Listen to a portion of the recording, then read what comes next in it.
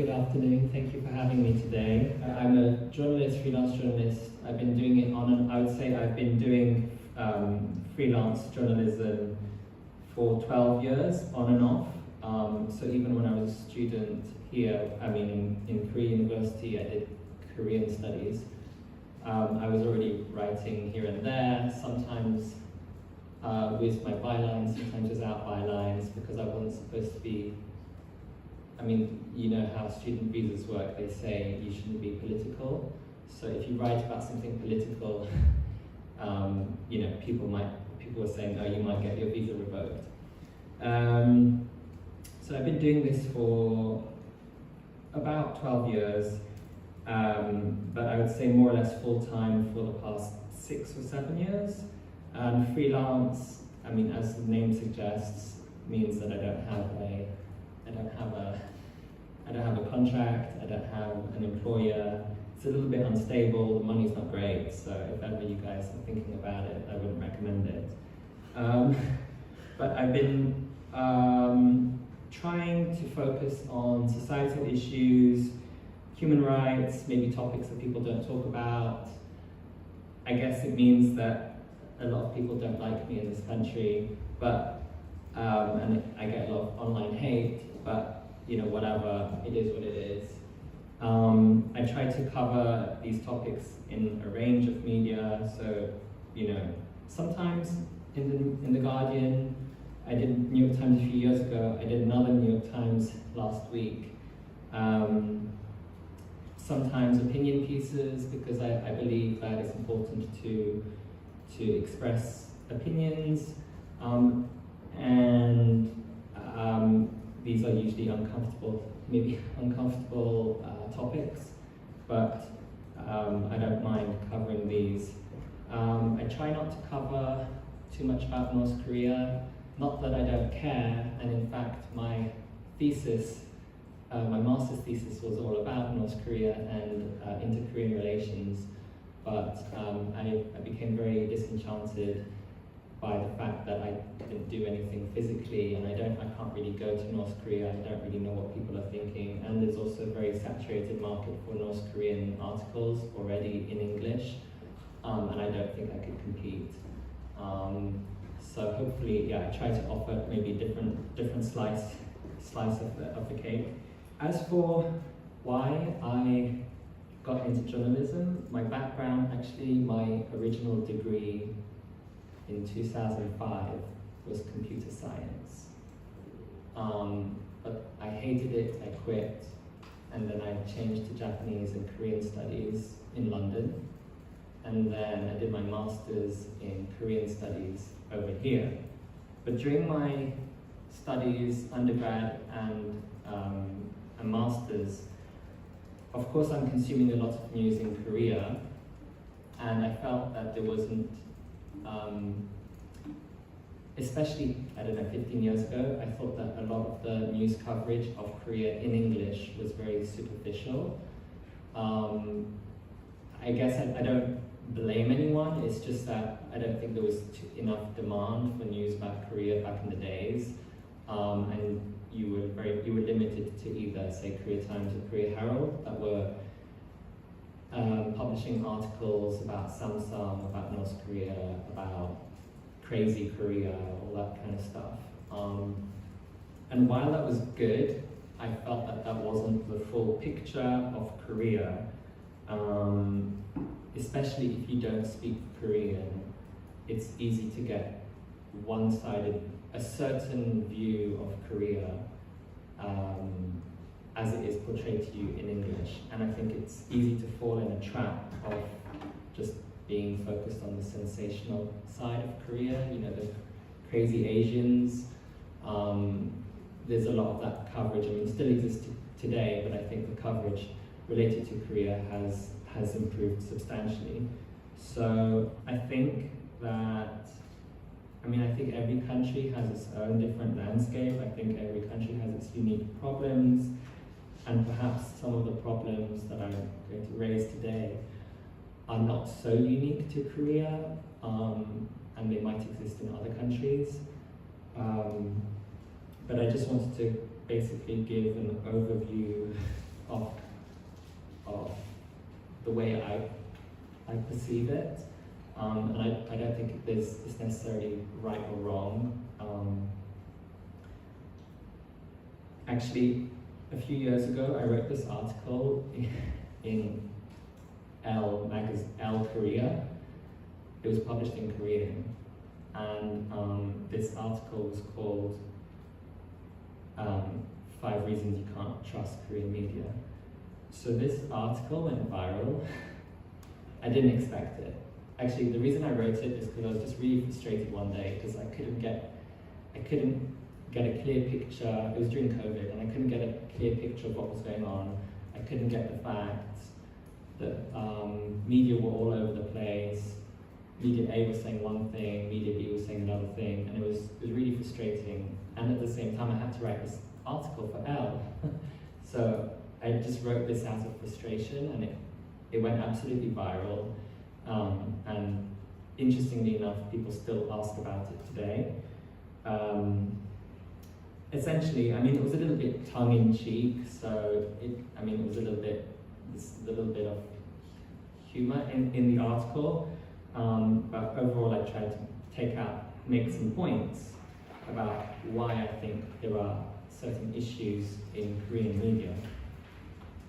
So the first point that I made was that there's no fact-checking. And again, like I said, a little bit tongue-in-cheek, doesn't mean that there's definitely no fact-checking. It's just, in many cases, I think some journalists ignore checking for facts. So the point that I was making, and these 5 points, I think I'm repeating them over and over again because I think they're still valid 3-4 years later. So when it comes to fact-checking, I find it that in Korean media, it's very easy to find articles that are copy-pasted from press releases. I know it because I used to do it. We would feed the press releases to media, and they would just copy it. It doesn't mean that the press release was correct or real or not. You know, like, the journalist would never actually check whether what we said was real or not. They would just copy it. And I've noticed over the years, a lot of media in Korea tend to quote, to make mistakes. So sometimes you might look at an article and it will say, according to statistics in Germany, the number of people who died, blah blah blah. And so you'll just read it, but you don't. If you look at the original source, you might find that the statistics that were quoted were a little bit misleading or mistranslated. And I've noticed these over the years, these just small factual errors that just get easily published. Whereas when I'm trying to write for foreign media, some media, the amount of fact-checking that goes into one article can take days. In Korea, a lot of Korean journalist colleagues of mine have to publish 3 or 4 articles a day. So they're under a lot of pressure to just pump out whatever they can. And so at the same time, I don't blame them for not being able to fact-check. I thought that this was quite funny. It's from a few years ago, from the former BBC correspondent, who was saying to Korean media, please don't quote me as saying that President Moon is a communist, because that's not what I said. I quoted someone who said he was a communist. But then the headlines said that BBC are calling him a communist. So I guess she was very frustrated at the time, and I see these kind of things happen over and over again where they put sensational words in the headlines when that's not necessarily what people were saying. The second point that I made in this article was exaggerated facts. I think a lot of the time things are exaggerated, especially in the headlines. After all, you want headlines that sell and generate clicks. So I'll give just a small example. Was when I was working in this PR agency, we were representing this multi-billion-dollar company, and this company was trying to invest in Korea. So we held a press conference, and then the CEO said that they want to invest a substantial amount in the Korean market. That's what he said, a substantial amount. And then a few hours later, a headline came out in a top-tier Korean media that said, Company A, I will, and it was in quotation marks, I will invest $5 billion in Korea. And so I was like, huh? Like, I was there, he didn't say that. And so he was like flying back to the US on his private jet. And then I get this personal email from the CEO of this huge company who was like, what the hell is this? I never said that. Because this could affect stock, stock market, it could be very serious. And I was like, I don't. And he was like, get that article down immediately. So I had to call the journalist, and I was like, why did you write that? And she's like, oh, it sounds fun. It sounds interesting. And I was like, what? But he didn't say that. She's like, okay, fine. And so she just changed the headline. So then edited the headline, and then that's it. The problem with that is, this is a completely unrelated, this is just some yesterday random news. The problem with that is that when you edit an article, in Korea, I would say 99% of the time, you have no idea what they have edited. You will always, usually, when an article is published, you will see the date on the left and the date on the right. And it just says that it's been corrected. You have absolutely no idea what's been corrected. Here, it could have been a typo. I have no idea. But say you are the consumer and you have consumed this article saying invested in $5 billion. You're not going to go back into the article to double check if it's been edited or not. You've already read it, you've already consumed it. So I think it's important for media, for journalists to be responsible and kind of own up to their mistakes. Because if you can so easily change the subject of the articles, you could just sell a lie and then correct for the clicks and then edit it later. And in Korea, I don't know many media that give, what's the word, correction notices. I've seen it like maybe once or twice. It's really, really, really, really rare to find. This is an example in, again, this is during COVID. I took screenshots at the time. This is during COVID, and it was like, oh, some kid has died because of COVID. The first in the country. The first teen who has died of COVID in the country. So this, I remember this generated headlines. It went viral, everyone was going crazy. But then I was like, wait a minute, do we know if he actually died of COVID? Because according to this article, it says that he had COVID, but it doesn't mean that he died from it. Maybe he died in a car accident. It wasn't very clear in the article. Then a few hours later, or 1 hour later, suddenly the headline magically changed, and the headline says that the boy who died had COVID. So they're not making the link as clear as the first headline, but the damage was done. Every headline ran the first one saying, first teen in the country to die of COVID. There was no retraction notice. The link, if you click on it now, it doesn't exist anymore. They just deleted the article a few hours later because I think they realized that they had messed up. So, that's one thing. Another point that I kind of alluded to earlier is there's a lot of copy-pasting in Korean media, press releases, especially press releases, and sometimes you'll find this is just yesterday's news.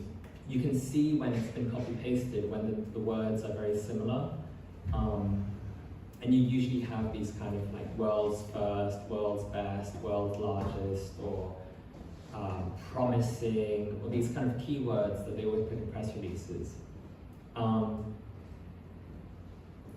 And you know, I can immediately tell that these have been copy-pasted, and especially when you see the word world's first, I'm always skeptical, because usually when they say world's first, it's not the world's first.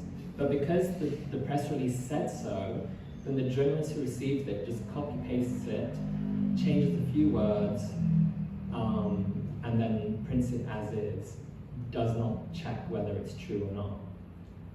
These are just purely examples. I'm not saying that these are true or not true, just to show you how a lot of stuff gets repeated. One more point is the problem of articles that sound like fiction. Now, when I say fiction, I mean you don't know who's talking in the article. A lot of articles in Korea say, according to Mr. A, according to Mr. B, or you don't even know the gender, not that that should matter, or according to an expert, according to an industry insider, according to a source. These things get repeated, I would say, on a daily basis. It's very difficult to know for me, it's very difficult to know what's real and what's not, because you don't know who has been quoted, you don't know who has been interviewed. Hopefully, I do say hopefully, it's not fake, because I do know of cases where the person didn't actually exist. But the problem is, as a consumer, you have no idea who said this. And also, as a journalist working in Korea, it's difficult because people are so used to anonymity in this country that if I try to interview somebody, it's so difficult to get someone's name on the record. And I understand privacy sensitivity, I do understand that, but it's really difficult to get stuff on the record. And there's a reason why usually you require a real name, is so that it makes it more believable, but you can hold that person accountable for what they say. A lot of the time I'm dealing with government officials, talking to them on a weekly basis. I just did an article related to research and development, budget cuts in Korea. Nobody's going on the record for that. Even if you're talking to ministries, nobody goes on the record. You can't even say, they say, do not say according to a spokesperson. Even there's no name, but you're not allowed to even say spokesperson, because you could trace it back to the spokesperson's office. I think as a result, when you see this this is so repetitive in Korean media, people get used to it, and so that when I try and interview people, it's almost impossible to get a name on the record. The one that I find the funniest is according to an online community. I screenshot this last night. It's all over the place. And the worst thing is, you can say whatever you want in an online community, and then it becomes news, and then people pick up on it. And sometimes, these are, gossip. Sometimes it's like top tier media that will pick up on these netizen opinions. And sure, a lot of people will say, oh, well, they exist in other countries. Gossip exists in every country, but it doesn't exist to the point where top tier media are doing this. So people always say, well, you come from the UK, you have junk publications like The Sun. Sure, there is Sun and Daily Mail, but hopefully other top tier media will not do these kind of tabloid tactics. Another one is 관계자, according to an official. You have no idea who 관계자 is, so the official could be literally anybody. And I think there is a bit of online jokes like about this, like who the hell is the Kwangeja? It's this like mysterious person. It flies by in Korean media, but when I try to do that in Western media, like it's really like editors are like, who is it? I need a name. It's really difficult. A lot of the stuff that gets leaked out of the presidential office is always like an official at the presidential office. I mean, everyone knows it's the spokesperson, but it's like, why can't you even say spokesperson? I don't know, I find it really silly. Oh, and my final point about Korean media is the issue about ethics. And yeah, I mean, I don't want to like go on too much about it, but I'll just give an example from a few years ago. There was a case, an incident where a celebrity had apparently taken drugs. So that was the story. But then the headline said, took drugs, ... and he's gay. So I was like, what's going on here? So you click on the articles and it's like, not only did this person take drugs, but it turns out that we have found out that he's actually gay. So, like, first of all, that's 100% unrelated to the story, but like, what has the drugs, what have the two got to do together? And there are very clear reporting guidelines in Korea as around the world to only state the facts related to the article and to omit things that are not relevant and cause privacy concerns. But in Korea, that kind of stuff like just goes out the window. You'll see it all the time, and only when they realize that, oh, maybe we made a mistake, or maybe we've had enough clicks, then they will change the headline and edit it to another story without any retraction notice. Like I said, yeah, during my time at a PR agency, I mean, I've witnessed this. I mean, I've witnessed unethical things as well, where you pay journalists, where you pay a media for an advertising space. What it really means is, we'll give you this amount of money if you publish this about our company. And I've also seen the opposite, where the media threatens you. If you don't pay us, we'll write a smear campaign against your company. So I've seen it, and it actually works. There was one newspaper that did that, and we said, and it was an American company, and the American company, a very big, reputable American company, we had to say, and we had to tell them what's happening, and we're like, well, they want to extort money out of you in order to write positive coverage, and they were like, well, there's no chance we'll ever do that, so let them write what they want, because we're never going to pay. Lo and behold, the smear campaign started, and they wrote so much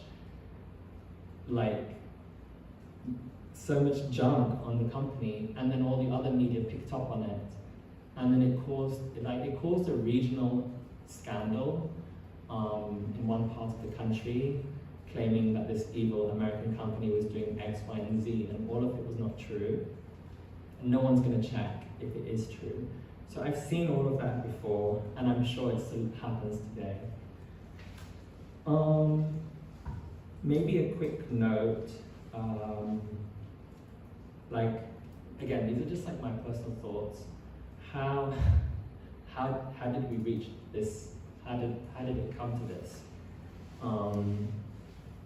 How is it that the way I see it is, in Korean media there are so many inaccuracies, lack of fact-checking, exaggerations. I mean, there's even a bit of plagiarism sometimes, and unethical reporting practices, because at one point it makes you question, it makes it difficult as a consumer to know, I guess, what is real and what is not real. And I do blame it. I do blame a lot of this on, well, I guess, there are several, there's no, I guess, again, I'm not an expert, but the way I see it is that there are 2 or 3 reasons why the first is that the Korean media landscape is saturated beyond belief. It's a very small country, but there are so many media in this country. In fact, anybody can become a media. So these, I mean, they call it, what's the word, Ilia Meche or something, one person media. They, if you're a YouTuber, you're a media. And a lot of these, I mean, sometimes, it's funny, there was, I went to a press conference with the leader of the opposition party, Lee, and the number of YouTubers that came to camp outside the conference room, it was crazy. They're all holding these like, their smartphones, and they've got these elaborate setups, and they're all streaming at the same time. And some of these streams get like thousands, hundreds of thousands of views. And everyone, and what I also find interesting is that sometimes at press conferences, I've seen it, you have a YouTuber section, like the YouTubers are entitled to just as much access as you, and their credentials are, I'm a YouTuber. I do find that quite interesting, and maybe I'm going to try to write about that one day, because I don't know, I mean, I don't know about other countries, but I don't know if this is a trend around in other places or if it's just in Korea. So because everyone is fighting for the same story or fighting for a story and fighting for the clicks, it's no surprise that that it's like a dog eat dog. Everyone's out for one another, and everyone's out to get the story and get the clicks, even if it means a little bit twisting the truth or exaggerating it a little bit, because you want to be the first to get it out there. Which kind of links to my second point about the portal websites. Naver and Down are the two main ones.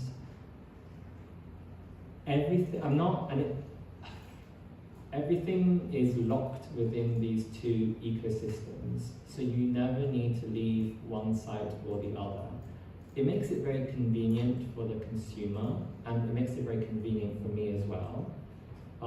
But I do think that these portal websites have flaws, because it means everyone is fighting to be on the same website. Everyone is fighting, when you click on the news section, everyone wants to be in the top news. So how do you get into the top news? You need a sensational headline. That's the only way you can be seen. You need a sensational word in the headline. You need an exaggeration. You need to have a crazy quote.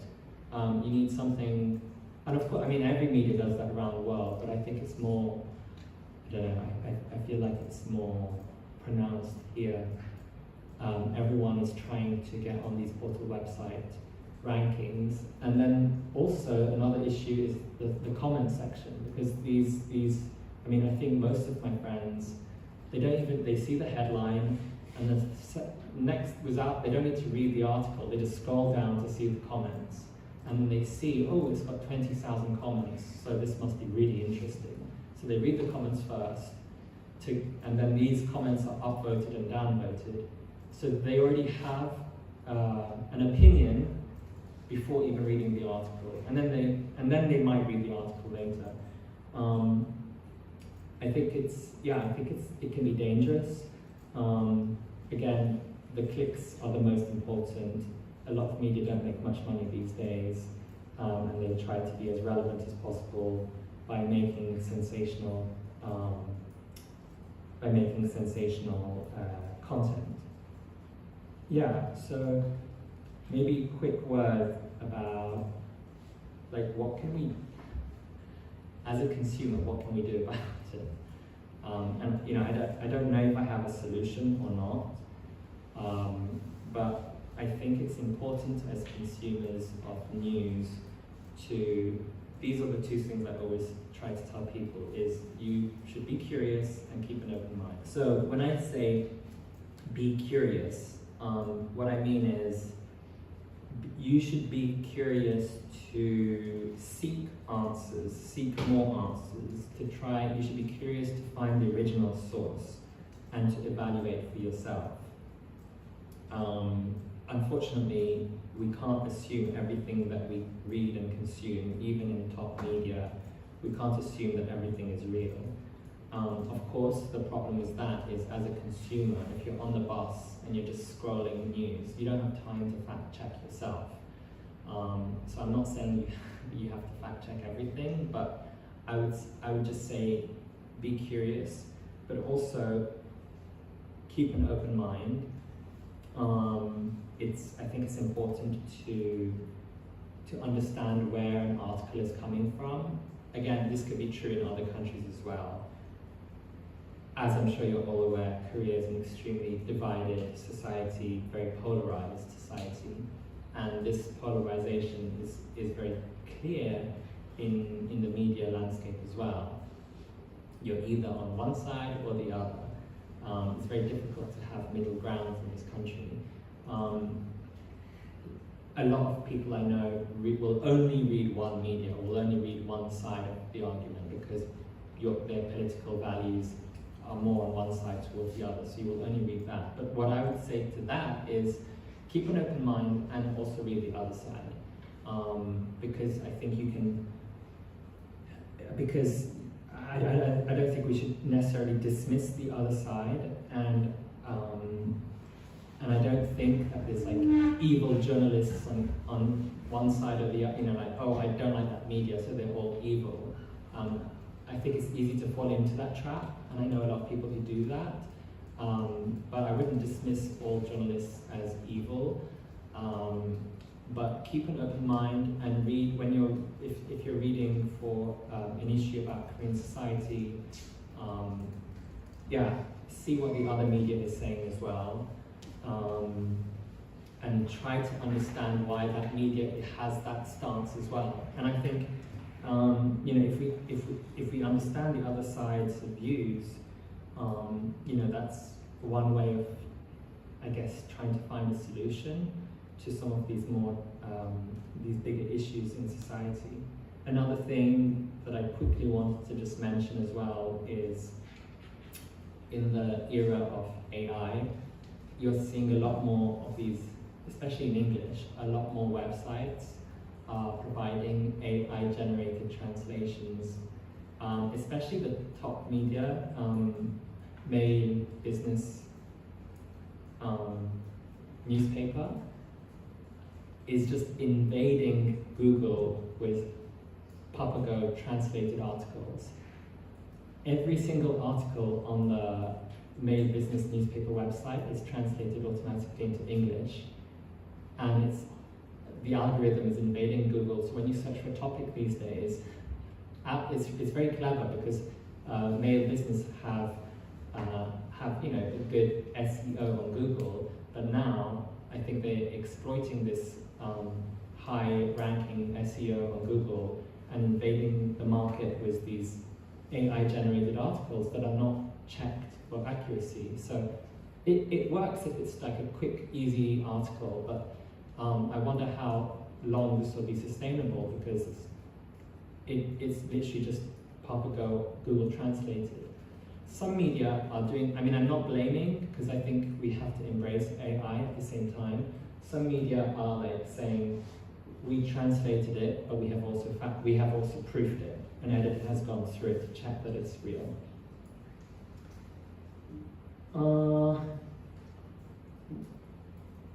Press freedom in Korea.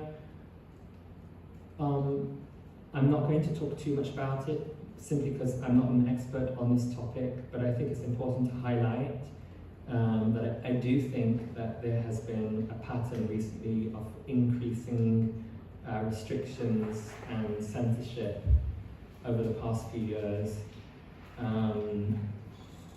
And in fact, I'm just going to see if I can open it.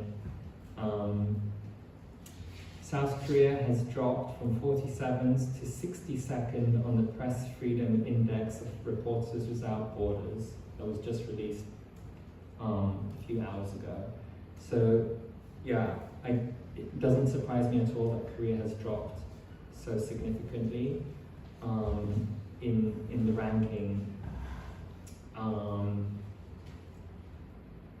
I think Korea has historically been one of the more open media environments in Asia, but I do see, I would say, signs of a deteriorating press freedom environment, where you have, I mean, I don't think you can deny that the current administration has been targeting media outlets that are critical of the government, in some cases revoking press credentials. There's an increasing number of defamation cases against certain journalists. In some cases, funding cuts, operational disruptions, other forms of coercion exist. And I do think there is reason to be concerned, and I'm not the only one who thinks in that way. I don't think foreign media are affected too much, but I do think that a lot of Korean media self-censor these days. I've asked some journalists at top media in Korea, why don't you write about this story, or why don't you talk about this? And they say, well, we don't want to rock the boat. So I was like, well, but you have this conviction, you know that this is right or wrong, and you can see it for yourself, why don't you write about it? But I think that this, by attacking certain media and giving sanctions and punishments against certain media, does create an environment where other media don't want to, they don't want to disappoint too much, or don't want to be the next target. So I do think there is a bit of an element of press self-censorship that's going on these days. And this kind of brings me to just wrap this all up, what I've been talking about for the past 45 minutes, is that in this increasingly, in this environment where there's increasing, I would say, censorship or self-censorship, where it's getting easier to be accused of being fake news and being punished for it or being attacked for it, I think especially in this kind of environment, it's more crucial than before to prioritize accuracy and quality reporting, because on the one hand, if you're being sloppy, it's even easier to be attacked these days. So I think maybe foreign media, I think a lot of the foreign media these days in the US and in Europe, they have a lot of these like fact-checking sections on their websites, and they try to have like dedicated fact-checkers. Like if in an ideal world, I would want to see more of that in Korea, and I think we'll probably see it. The more that media get attacked for being sloppy and being fake news, I think there's going to be a kind of rebound where they're going to have to be even more careful about what they report, because it's so easy to get thrown under the bus. So I guess that's it.